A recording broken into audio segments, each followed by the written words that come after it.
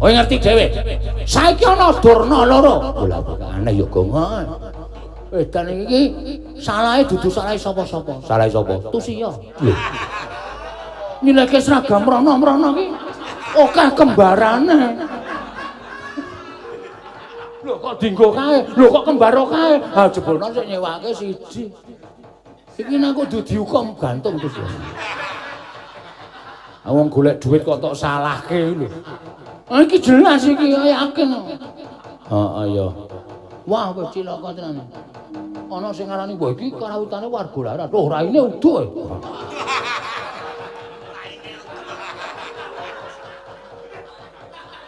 Siji kuwi loro merebaknya penyakit kadas kuram ya kuwi. Dadi engko genti-genten. Heeh. Ya wis ben. Bakang kowe menengon dhisik. Oh aku tak takon. Lho iki ana wujuding Begawan Durna. Oh lho. Kowe sing madha rupa karo aku. Waduh. Suarane padha ya. Padha kabeh ya. Ya mung bringose ketel sing ditutke awake dhewe. Mbok menawa mergo lara kuwi ora sempat ngerok. Lah kok dadi wujudmu Begawan Durna? Kowe aja ngawur, gawar-ngawur aku Begawan Durna. Oh, wae Durna kuwi papane ning Sukalima. Ning kowe mapan ana ing wewengkon negara Ngamarta, malah kowe ngregeti jenenge Begawan Durna, kowe bedah negara Ngamarta. Apa kowe ora ngerti yen to Pandhawa kuwi siswaku, Pandhawa kuwi anakku, Pandhawa kuwi muridku. Kowe ngregeti jenenge Begawan Durna ing atase Durna kuwi guru kok mentala bedah negarane muridku ya kuwi para Pandhawa. Rasa kekan bebangan. Wase nang temtokake sing tenan kaya apa aku wae. Lah tamu tadi ku ono, tamu tadi ku ondal kalian. Minggir dalu-dalan, minggir. Rumong kapurpo risamur benerat.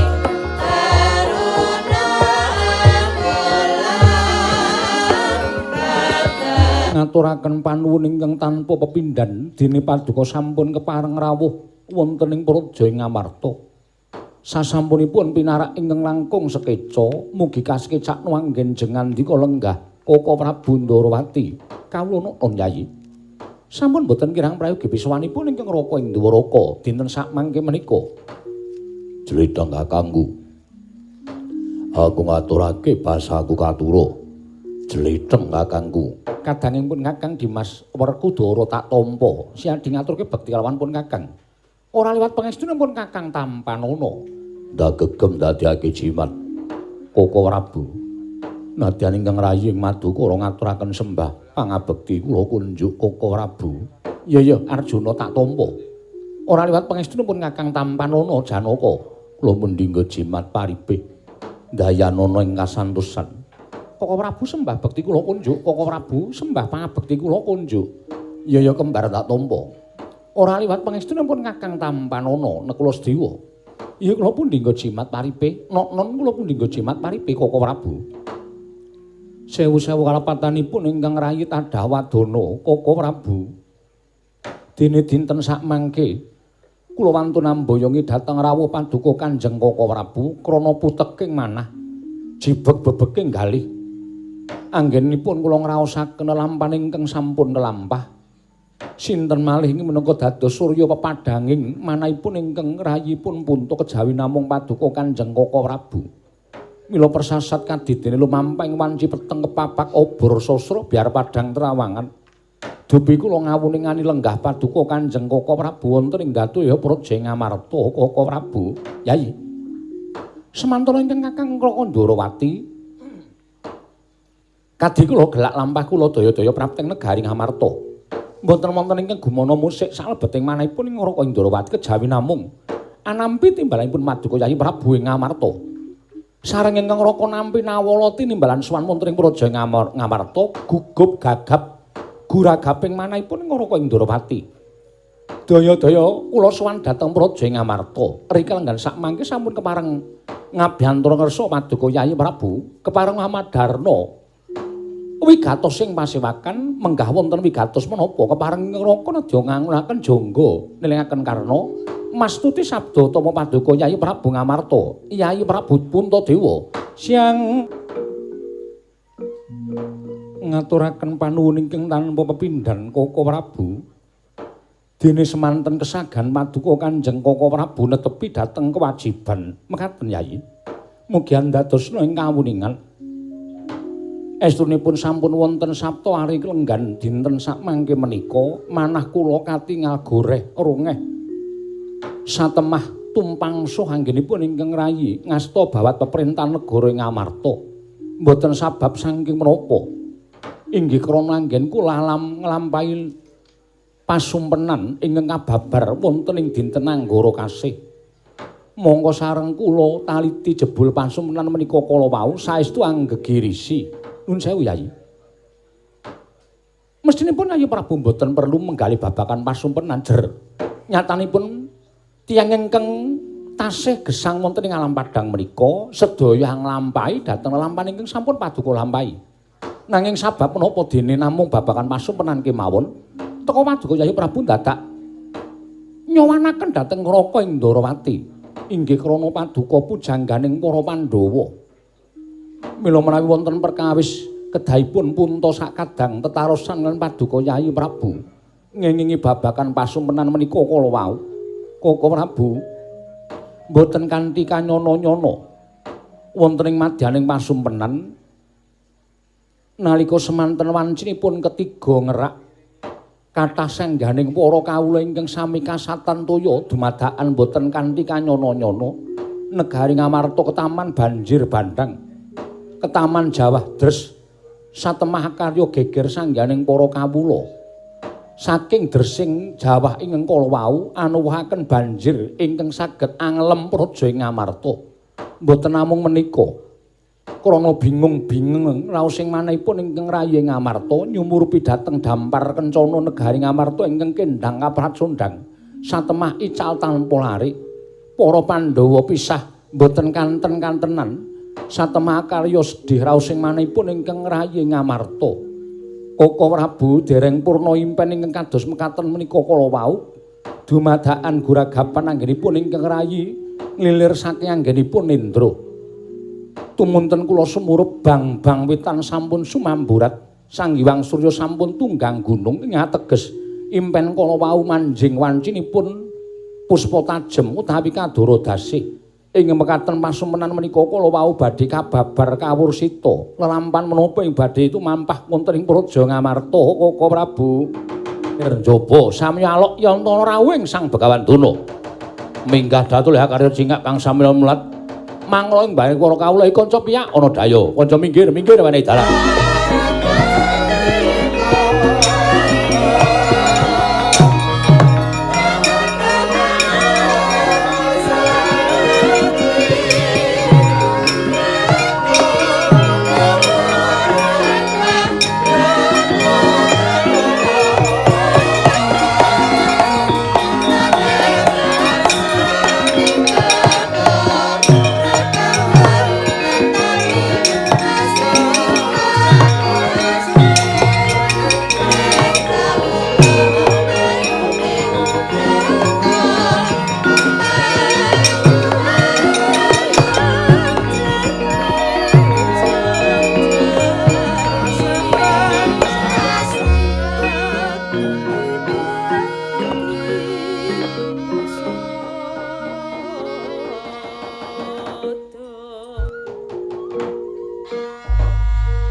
Ndadosaken kagiat raosing manahipun ingkang putra ing Ngamarta menika kadidene lawuhipun Bapa Penemban Durna. Bapa Penemban sarawuh paduka kula ngaturaken sembah pangabekti kula ingkang kunjuk ngersa paduka Bapa Penemban Durna. Bapa Durna semban kula. Karo gembel sumorante hawela. Lha nuwun inggih, Ger. Kula tampi akarya bombong raosing manahipun ingkang Bapa ing Sukalima. Namung pudya pangastawanipun ing Bapa ing Sukalima kula aturi nampi, Nger. Kula pun dicundhaka panglingga murda amawahana kabagyaning gesang kula.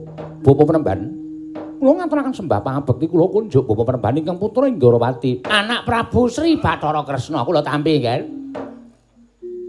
Kula tampi dawah sami-sami akarya bombong raosing Bapa ing Sukalima. Durna bapakku. Aku ngaturake bektiku katur Durna bapakku. Werkudara anakku ya. Ora liwat pangestune bapak tampan ana ya, Nger, Cah Bagus. Ya tak gegem dadekake jimat. Bapa Penemban kula ngaturaken Sembah pangabekti kula kunjuk Bapa Guru. Janaka siswaku muridku tak tampa. Ana liwat pangestune Bapak Tampanana ya Janaka. Kula pundhingga jimat paripih dayanana ing kasantosan. Heeh. Piye ali-ali ampal isih? Nggih, Bapa menemban. Tasih Bapa. Syukur-syukur sing tak tambah ali-ali garengpung.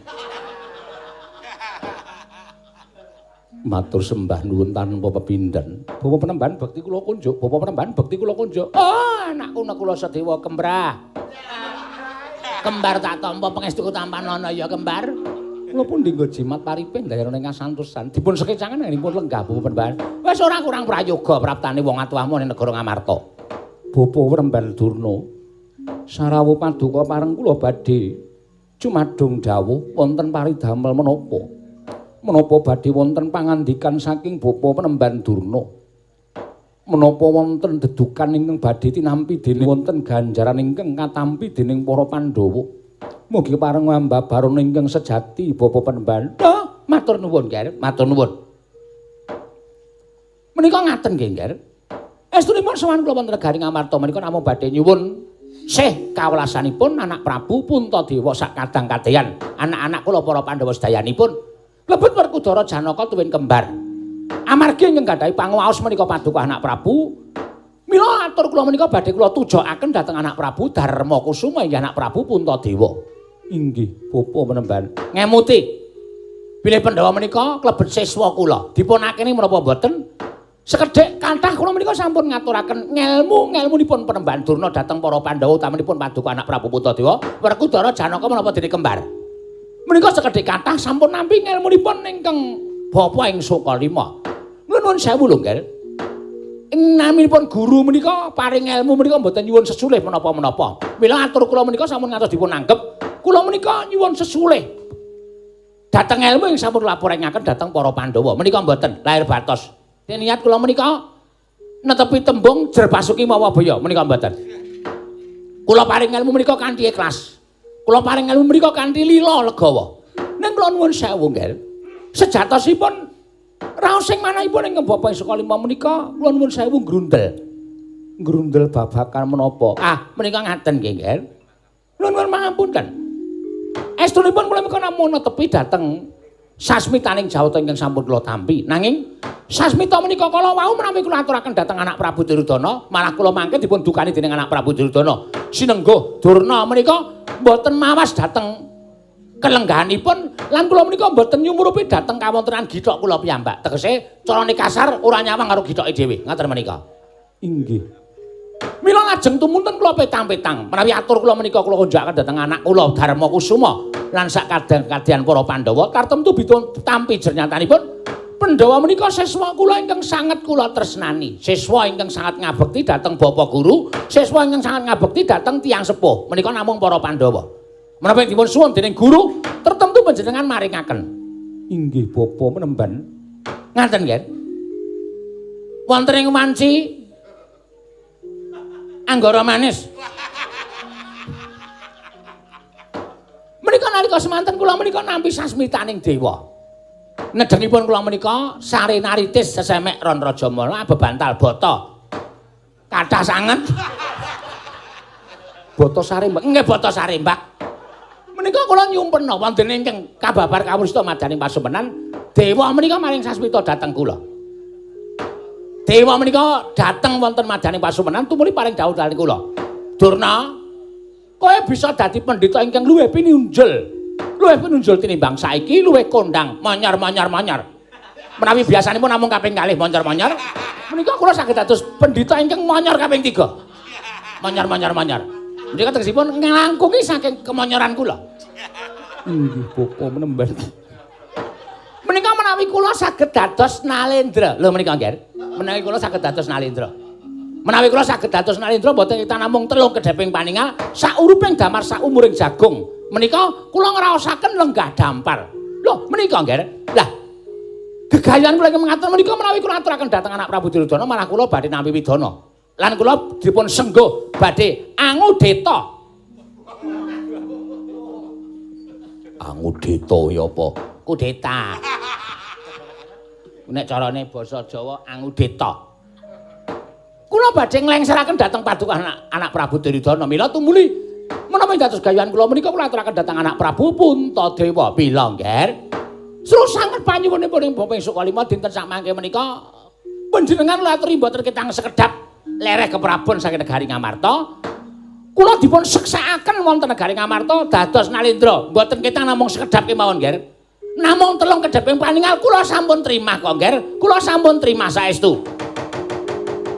Kamu isih kaya ngono. Kosek Setyaki, kosek. Iki dudu perkaramu iki aku matur ngesane anak Prabu Puntadewa lan anak-anakku para Pandhawa. Iki ora ana gandeng jenenge karo kowe.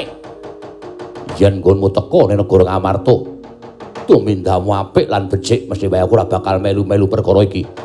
Nanging gandeng tekamu ning negara Ngamarta padha karo bakal nglintir kepraboning Kanjeng Koko Prabu Puntadewa. Bakal jungkeng kawibawaning Koko Prabu Darmakusuma. Aku ora nrimakake. Aku sing ora trima. Kosek to, kowe iki dudu wong Pandhawa. Kowe iki dudu wong Ngamarta.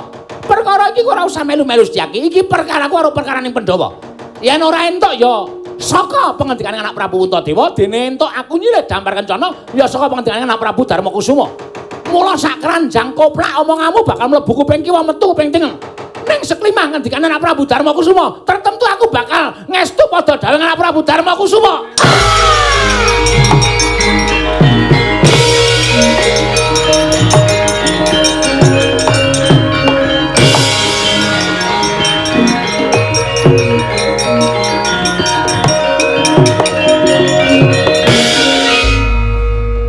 Koko Prabu kados pundi malah mekaten lampanipun Setyaki menika menawi kalian Begawan Durna menika nuwun sewu gedhengipun boten nganten-ngantenan.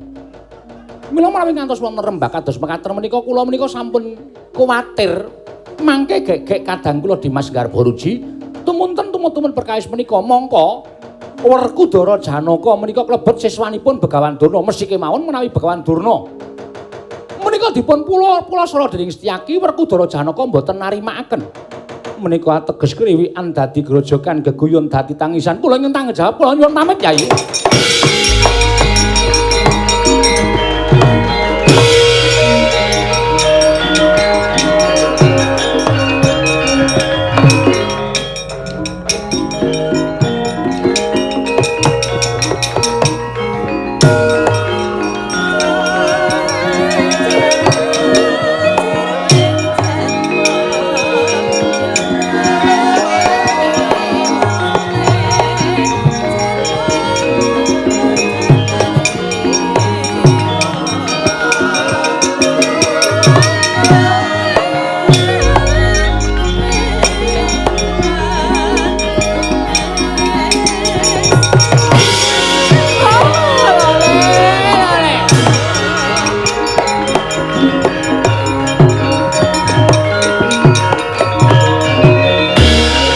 Purnana panalingane hormat jaring ratri linenggak janganira kapisanan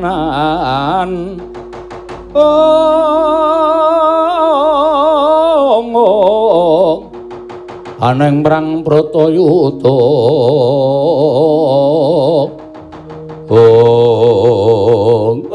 kandhak blagudhug swalu gembel Setyaki wong sing kaya kowe keparat kowe ya ora kena dijak rembugan sing apik-apik.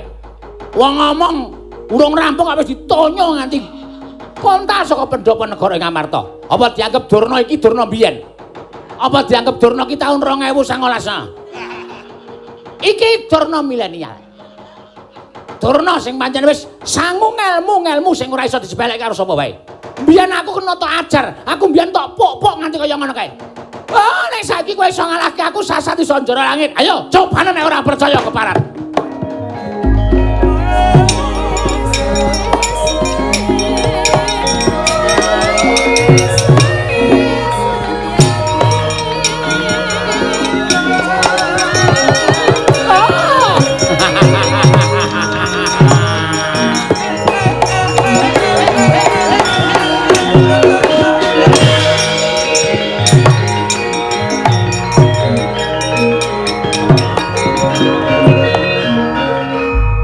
Sepisan iki aku ngerti Durna wani joget ning ngarepe Setyaki. Apa men jogete kok tok larang? Joget nganggo sikil-sikilku dhewe. trisik nganggo sikil-sikil dhewe. Kalang ki nantang. Pacak gusu. Pacak gulu. Heeh, pacak gulu. Nganggo sirah-sirahku dhewe arep ngapa kowe? Kowe aja ngece karo aku Setyaki apa aja dumeh kowe duwe. Enom aja dumeh kowe digdaya aja meh kowe sekti. Ning saiki Durna aja tok sepelekke. Kowe pendandina mbiyen ngajar karo aku pendandina kowe mulasara karo aku. Apa anggap aku wong loro saudan telu saurupan apa mbak anggap aku pendhita cepeteno apa piye? Ayo, nek pancen arep jajal karo Begawan Durna dina iki ditemtokke. Durna apa Setyaki sing menang?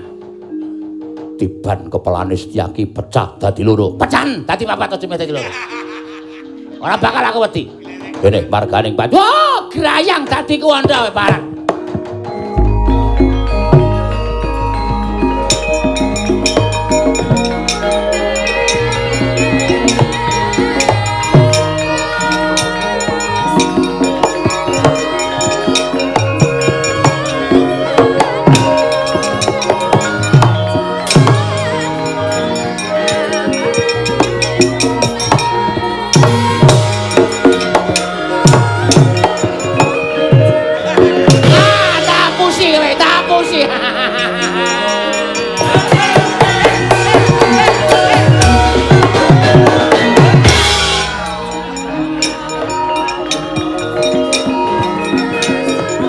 Celiman komedi.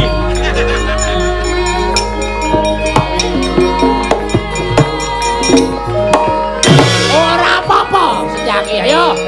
Nyo. Ayo, ketono kasudibyanmu. Gada wesi kuning, gada wesi abang ayo. Tutono aku. Ora apa-apa, mati.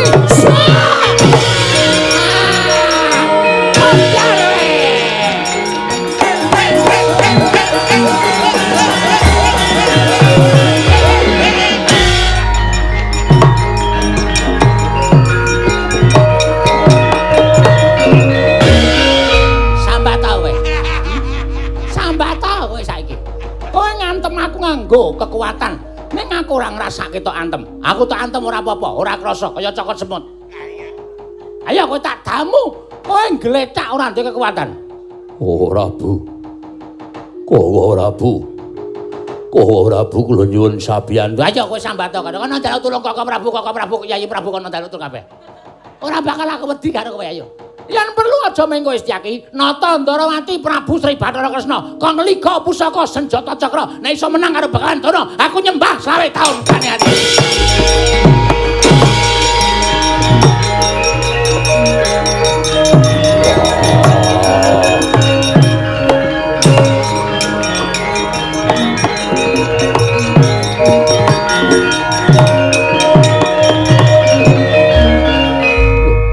Kok dadi kaya ngene kahanane Setyaki?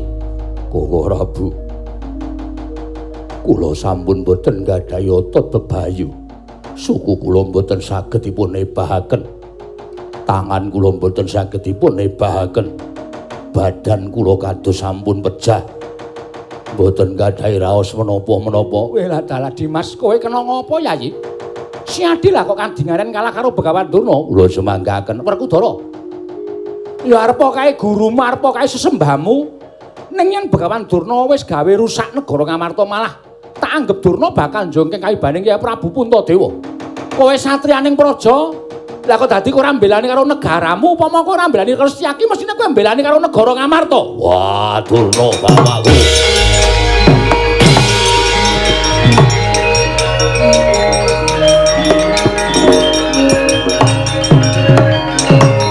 Sono sakarep.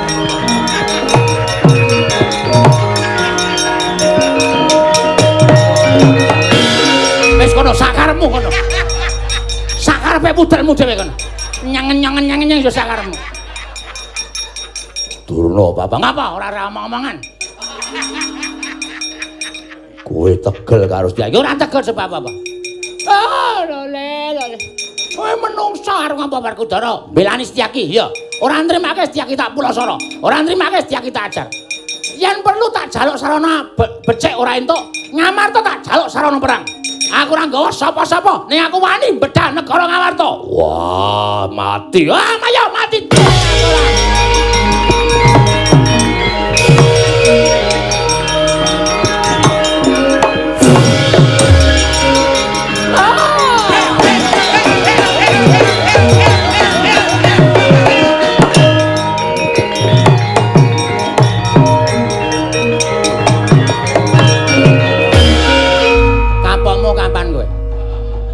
Arep gedhe tak damu mengkeret kowe.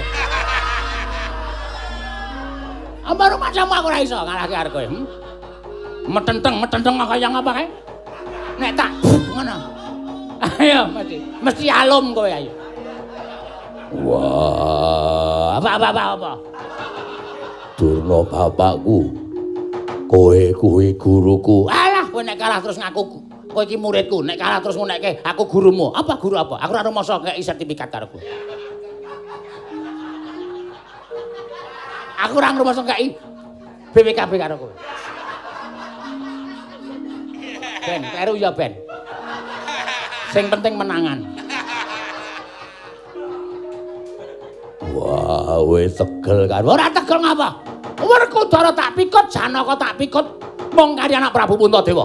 Ora masrahke negara Ngamarta. Tak bumi angus negara Ngamarta.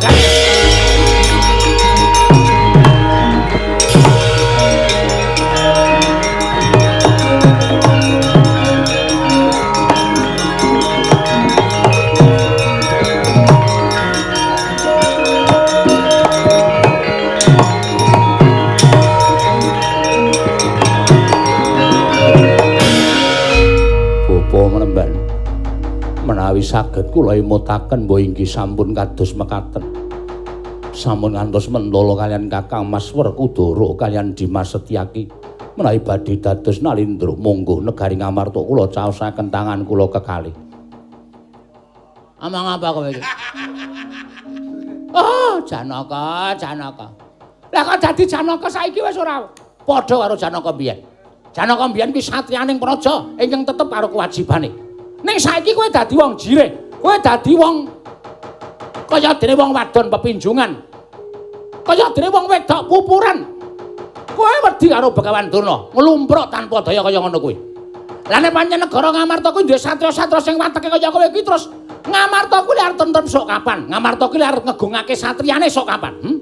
Ala dene kowe dadi lananging jagat lancuring bawana. Unusaning titah, kinasiying dewa. Ning jebul mung semono kekuatanmu. Ning jebul kowe wong jiwe getih wedi mati. Ayo nek pancen kowe wani karo Begawan Durna mbelani karo Werkudara mbelani karo Setyaki ngadeg cecek aja nglumpruk kaya wong ora wani pati kaya ngono Janaka.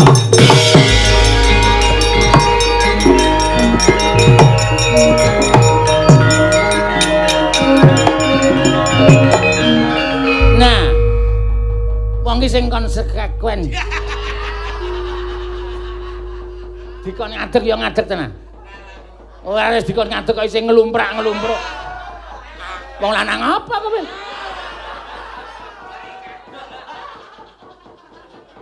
Bapa menemban Durna. Menawi bapa menemban saestu badhe mentala kalian kula. Kula nyuwun pamunten, kula sampun boten ngaji-aji kalian panjenengan. Ora perlu tok aji-aji. Aku ora perlu tok aji-aji, ora perlu sembah, ora perlu tok aosi. Wiwit dina iki nek pancen wong-wong Ngamarta orang ngeculake negara Ngamarta marang Begawan Durna, aja kelakon dosa, aja kok ming kowe. Malah iki aku dadi srana nggon kelakon sedyaku. Kelakon sedya menapa? Lho, kowe ora ngerti, kowe ngrebut pacarku. Kowe lebut kegantiane atiku. Sinten? Sri Kandi? Sri Kandi iki sadurunge seneng karo kowe, bola-bali wis tajak lunga karo aku. Ning gandeng bareng weruh kowe Sri Kandi terus luluh, terus melu karo kowe. Oh, kaya ngapa larane atiku Janaka ora iso ditambani karo apa-apa.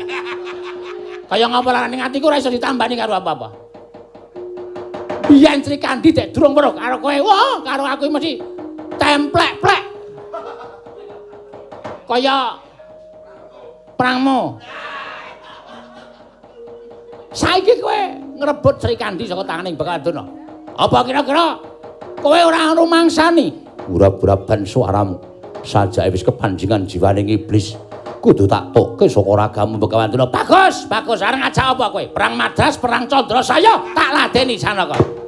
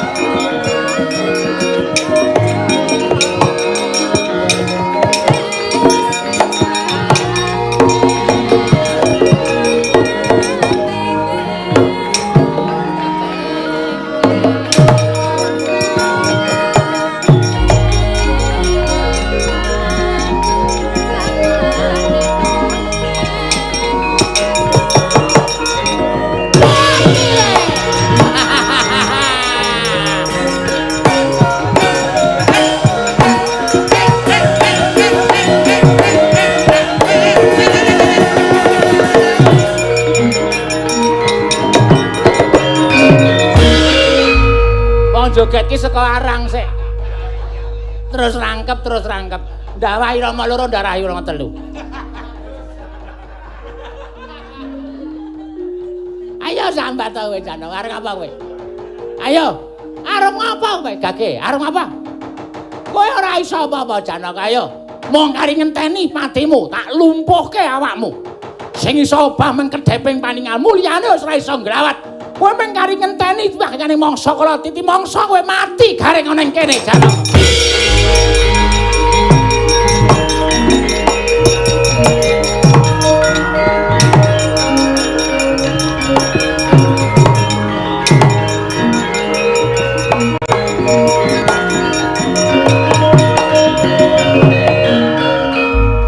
Kresna sinayeng manggelung mintonaken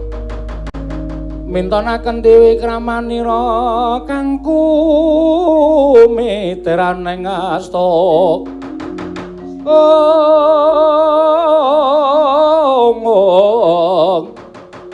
kang kumiteraning asta aneng asta Bapa Durna kula ingkang nyuwunaken sepinten klepatanipun kadang-kadang kula Yayi Werkudara Arjuna menapa dene Dimas Tyaki. Samangke kula sampun nampi dawuhipun Yayi Prabu Darma Kusuma. Oh nggih nggih. Dawuhipun anak Prabu Puntadewa kados pundi? Bilih negari Ngamarta dipun paringaken ngampil mboten kitang namung sekedhap. Nuruti dhateng menapa sampun ngendikaken Bapa Bekanduna badhe kepengin dados Nalendra. Pandhawa sampun sumarah kanthi lair batos maringaken ngambil negari Ngamarta. Bapak Penemban. Oh, syukur nggih.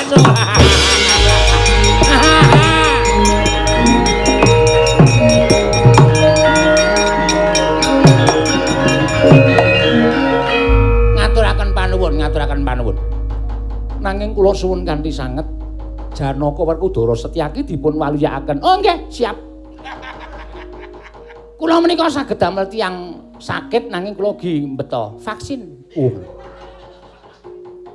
Menika menapa? Tamba. Menika nginging daya kemanden kula. Janaka menika kula damu lumpuh, Werkudara lumpuh, Setyaki lumpuh. Lajeng saenipun lare-lare menika dipun klempaken wonten mriki. Kula badhe paring jampi supados waluya Nirmala Temajati. Oh nggih ngestaken dawuh Bapa Penemban.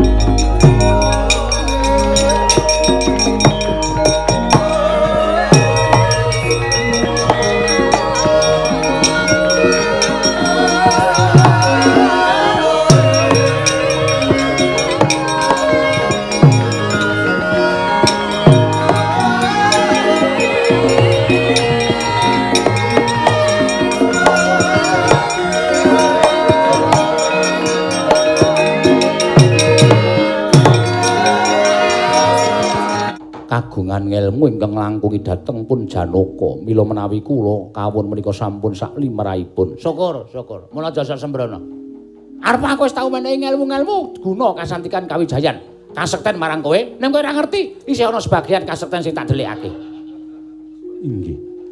Pancen isih ana saperangan kasekten sing tak delikake nang papan Sukalima lan tak delikake minangka sanguku yen to ngadepi wong-wong sing didaya kaya kowe.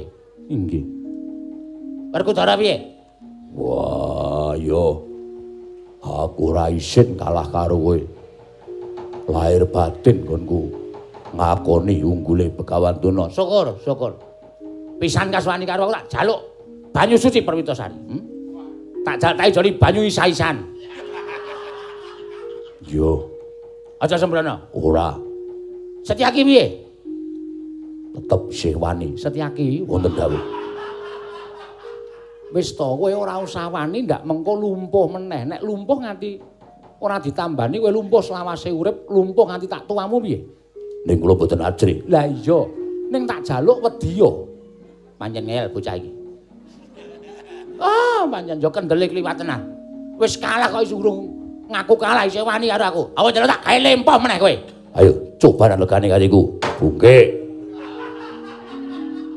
Gawe perkara. Wis ngaku kalah. Sepiro abote wong ngaku kalah, wong ngalah ki durung karuan kalah. Kalau ngestaken dawuh. Ayo piye? Nggih, kula kalah. Ngono kuwi. Werkudara. Nggih. Janaka wonten maring adawu. Saksuwene aku dadi ratu ning negara Ngamarta. Sak tutuke atiku nggon ngrasakake dadi ratu. Kowe tetep dadi nayakaning Bagawan Durna. Kowe dadi andaning Bagawan Durna. Sengkuyungan nggonku dadi Nalindra negara Ngamarta. Nun ngestaken dawuh bapa. Ayo mlebu jroning kedaton. Monggo kula dherekaken.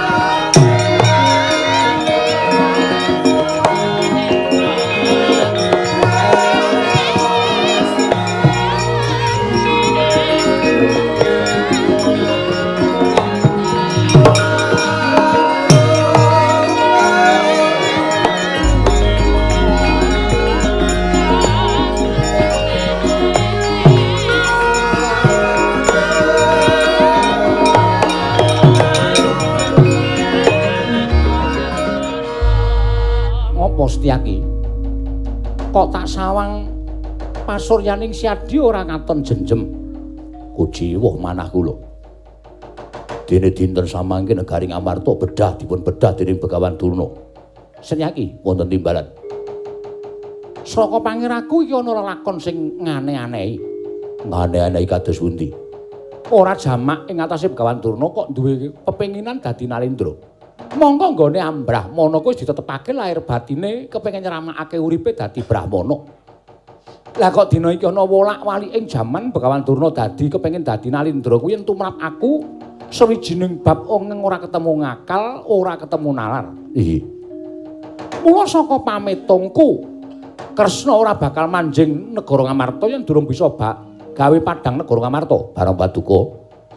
Aku tak lunga ya Setyaki. Lah kula kowe dadi nayakaning Begawan Durna ora sudi. Kula mboten badhe purun. Wis to, ngalah sedhela manut karo pun Kakang sinambi niti priksa ngawat-awati Begawan Durna ngene dadi ratu. Oh iya, ngestaken dawuh. Lah kok Prabu, aku tak lunga. Tak golek pepadhang negara Ngamarta. Sembah kula ngendhiraken jengkar paduka. Wis sewang-sewangan Setyaki. Iya, kok Prabu ngestaken dawuh. Kok tak tampa pangestuku tampanana. Jenenge ganti soon. Udu. Kok wanwun-wanwun. Wun iki saka tembung disingkat sinuwun. Dikomplete. Oh. Kata-kata kok mung disingkat. Heeh. Bakti kula Ndra. Lho. Kok Ndra? Nalendra. Wah. Ajare entuk disingkat. Iya ya Bagong. Ora apa-apa Bagong. Oh iya. Piye ketawane nek bilang ya. Pangestuku tampanana ponakan Bagong. Nggih. Enten wi gantos menapa? Aku wae sing ngomong. Oh iya. Enten apa, Kakang Semar? Apa Kakang Semar ora krungu kabar? Kabar pripun? Yen to negara Ngamarta dina samengko iki bedah. Nala Gareng piye, Pak? Negara Ngamarta dina iki bedah. Truk? Negara Ngamarta dina iki bedah. Weh. Gong, kosike. Nek aku omong lagi kaget. Ya, guys. Negara Ngamarta dina iki bedah. Waduh. Pak, negara Ngamarta dina iki bedah. Reng, wis hop. Ming mubang kok ndak ora rampung perkarane. Seneng ku karo Sira Ndrawati ngene iki lho, Reng. Piyaine ora tau nesu, ora tau duka, dijak gojek iso. Sing jeneng Nalindra iso manjing ajur-ajer ki ya Sira Ndrawati. Oh lho, ora kenal Nalindra kemeratu-ratu, sapa sira sapa ingsun, derajatmu apa ngejak gojek aku. Aku jenenge ora apik. Ora kok pangkat ming ratu tok, pangkat apa wae nek isih duwe rasa kumingsun sapa sira sapa ingsun kuwi bakale ora becik. Petro, non. Aku ku ya tau urip ana ing Karangpradisan. Aku tau tate dadi wong desa, dadi anake Demang. Nom-nom aku sapa desa. Mula riku kidul riku nek rumah makan sapa desa kidul riku. Sakniki napa? Ora. Kok ming kaya ngono lho, Semar. Kula Ngamarta bedah awit saka tingkah lakune Pandhita Sukalima bapa Penemban Durna. Wah, nuwun sewu. Lah Durna kok mbedhah negara Ngamarta niku kepengin napa lan apa sing digayuh? Ngendikane kepengin dadi Nalindra ora ketang mung sedhela, ora ketang namung kedheping paningal. Kepengin dadi ratu. Monggo saiki wis lakon lungguh dampar. Pandhawa ya ora bakal wani karo Bapa Penemban Durna, mula padha sumuyut nungkul marang pangring Begawan Durna. Wah. Kula kok mboten percaya.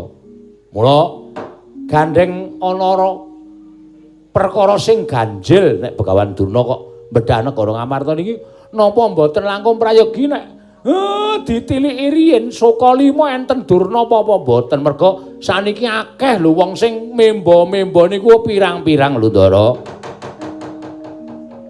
Miat langening kalangguan aklar pandan monsar tinon ler kakonang surem sorotetan badang kasoran bacaring purnameng gekono mengkono Kakang nggih. Lah nek pancen mengke mrika niku enten Durna lah niki sampean kudu wadul niki mesti enten dom sumurping banyu telik Mangindrajala. Ingkang memba Pendhita Sokalima mengajeng bebudhek asmaning Begawan Durna kalih para Pandhawa. Iya, Kakang Semar. Mareka ten prayekna semuriris.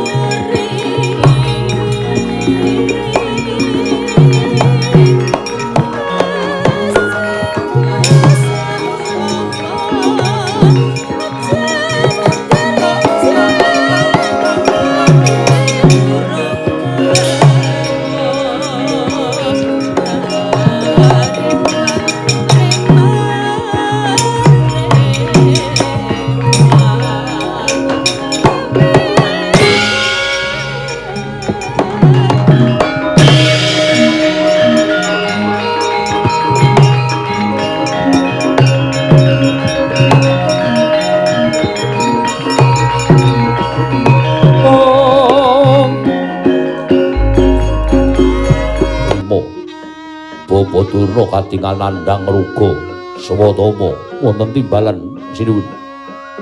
Kena ngapa sira ora atur laporan lawan panjenengan ingsun yen to Bapa Durna nandhang ruga kaya mengkono. Swatama mestine kowe matur kelawan sinuwun Prabu Ngastina yen to kaya ngono kahanane bapakmu.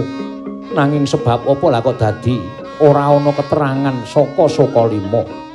Yen to ngerti yen to Kakang Penemban Durna kuwi nandhang ruga mestine ana pambudidaya saka Nalindra Ngastina nggone ngupaya tamba. Jimat semban kula diweji. Sampun wonten setunggal candra etang kelengganing dinten sak mangke menika boten kanthi kanyono-nyono tiyang sepuh kula nandhang ruga. Monggo sampun boten kirang-kirang kula budidaya paring pados tetombo supados saged ngusadani gerahipun Kanjeng Rama parandene gagar wigaratan antuk karya. Malah sak mangke pasang yugya dene rawuh paduka Gusti kula ing sinuwun. Kula pasrah perkawis menika dhateng paduka sinuwun Prabu Ngastina mangsa borong anggenipun badhe madosaken tetombo dhateng tiyang sepuh kula menika sinuwun Prabu Duryudana. Sarating pandam sumul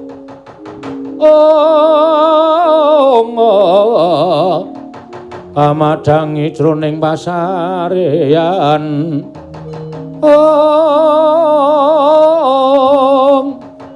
ngenangi wadana katon remu-remu kalingan ngangrengeng sang dyah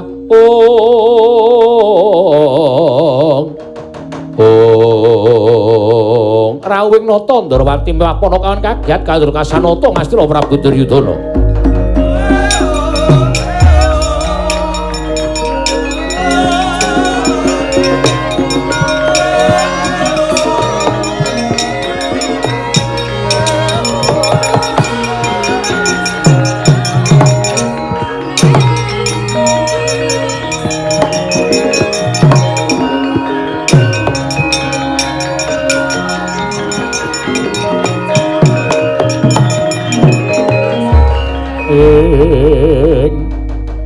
Kresna sinayeng manggelung mintonaken mintunaken tiwi kramanira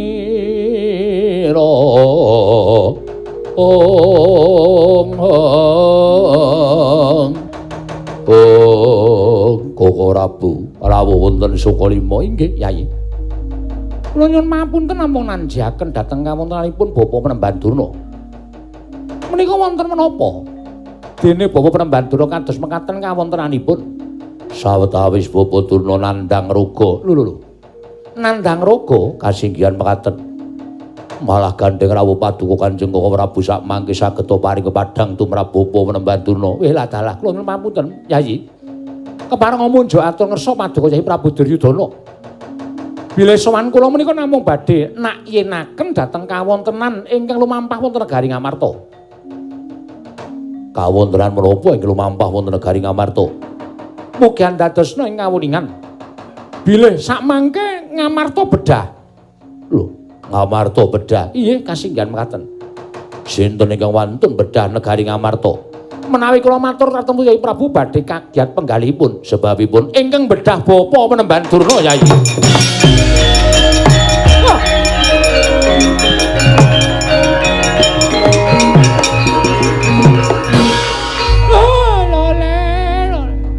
Tumratap raos sing manah kula sareng anak Prabu Sri Bathara Kresna paring dawuh. Bilih ingkang bedah negari Ngamarta Begawan Durna nuwun sewu nggih. Kula menika mboten kesah wonten pundi-pundi swatama seksinipun. Sampun setunggal candra menika kula kados kecalan otot bebayu mboten gadhahi karekat gesang. Nanging dumadakan wonten tiyang kang badhe nyamah asmanipun Begawan Durna menawi ngantos kula dura bumi langit tangkep. Oh, sapa wani gawe wiranging Begawan Durna, Pak?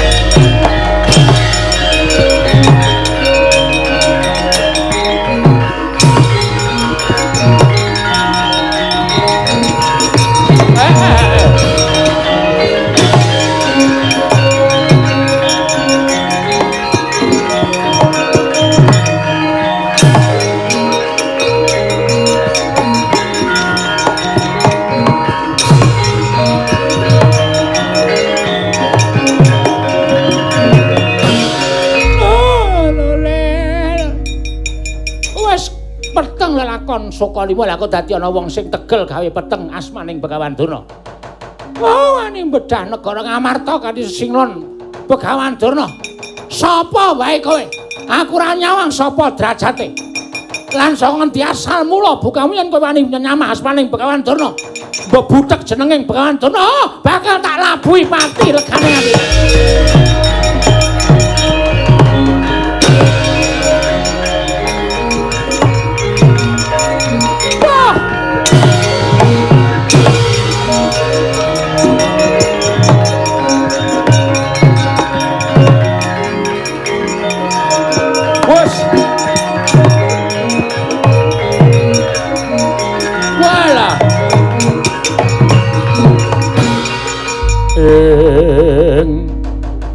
Pandhita kang kinarya wangsit pindha kombang hangat saping matu sarining tawang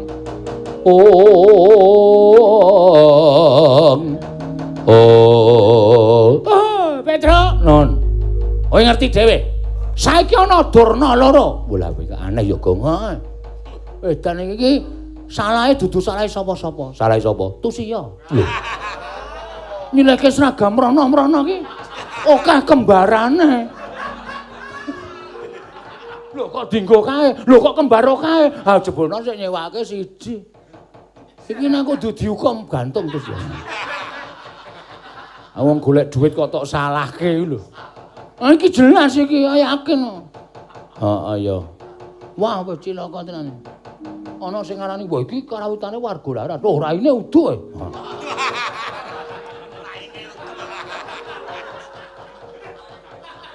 Siji kuwi loro merebaknya penyakit kadas kuram ya kuwi. Dadi engko genti-genten. Heeh. Ya wis ben. Bagong kowe meneng dhisik. Oh, aku tak takon. Lho iki ana wujuding Begawan Durna. Oh, lole. Kowe sing madha rupa karo aku. Waduh, suarane padha e. Padha kabeh ya, Kang. Ya mung bringose ketel sing ditutke awake dhewe. Mbok menawa mergo lara kuwi ora sempat ngerok. Lah kok dadi wujudmu Begawan Kalima. Ning kowe mapan ana ing wewengkon negara Ngamarta malah kowe ngregeti jenenge Begawan Durna kowe bedah negara Ngamarta. Apa kowe ora ngerti yen to Pandhawa kuwi siswaku, Pandhawa kuwi anakku, Pandhawa kuwi muridku. Kowe ngregeti jenenge Begawan Durna ing atase Durna kuwi guru kok mentala bedah negarane muridku ya kuwi para Pandhawa. Rasa kuwi kan bebangal. Wah sing ngene temtokake sing tenan kaya apa aku. Wah, lah tamu dadi ku ana, tamu dadi ku andal kene.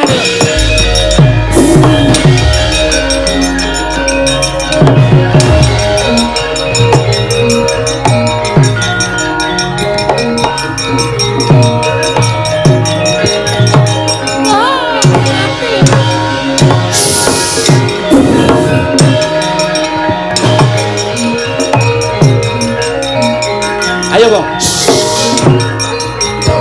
Wah, tenanan ora itu.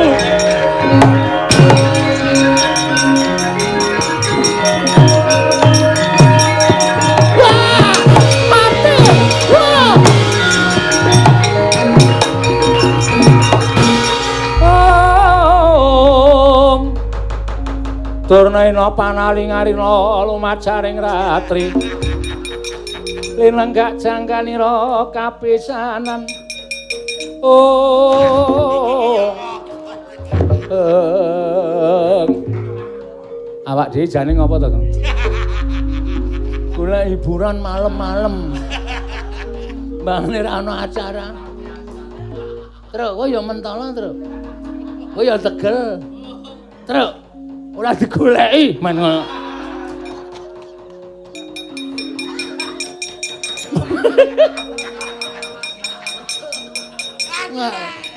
Gong ajar lho, Gong. Gong. Tanda-tanda kowe. Kowe ape trek men-mentan. Wis lah sak karepmu. Pasrah aku. Neneng kali wis bola-bali ra aku lho. Ical wujuding Begawan Durna ingkang dados nalindra wonten negari Ngamarta. Nenggih Kyai Sunda Manik.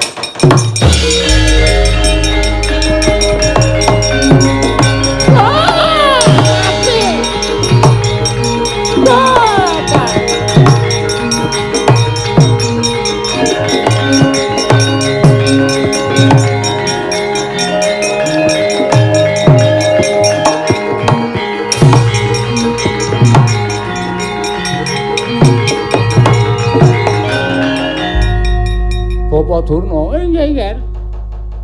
Ngasta pusaka Kyai Sunda Manik. Kula caos prisa nggih, nggih. Sejatosipun anggen kula nandhang sakit menika kala kula koncatan Kyai Sunda Manik menika sampun sewulan kepengker. Lah kok jebul mboten nyono-nyono Kyai Sunda Manik menika memba wujud kula bedah negari Ngamarta. Lah ta. Nanging samangke sampun ketingal padhang. Nggih. Werkudara. Nggih. Reneo. Wah, yo.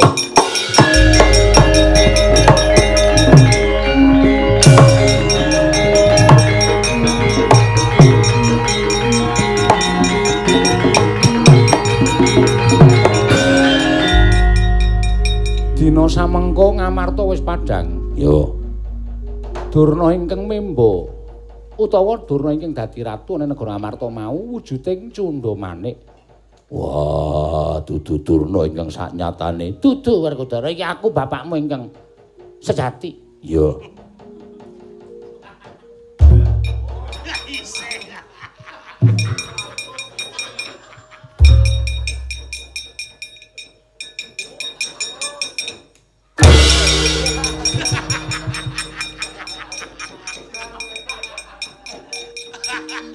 Abok ora.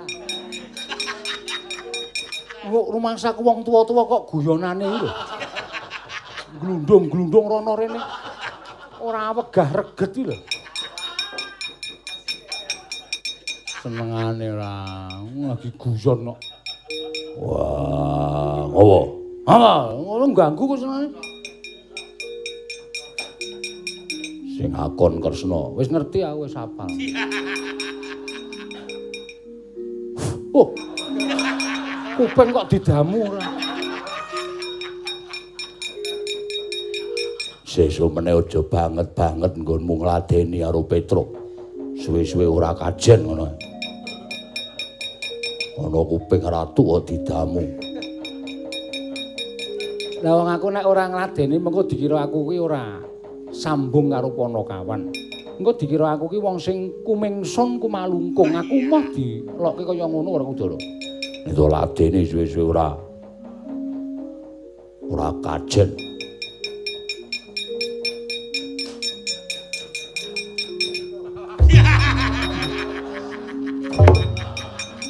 Ora janjane kek ki do ngopo to kek ki?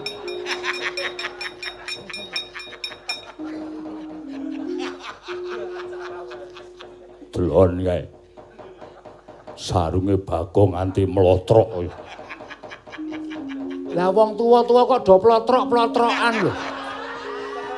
Iki arep do ndelok apa?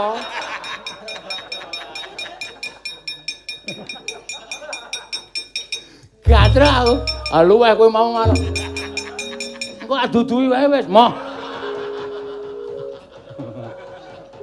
Potong, moh luweh, Bang. Kula nyuwun pamit nggih, Nger, nyuwun pamit.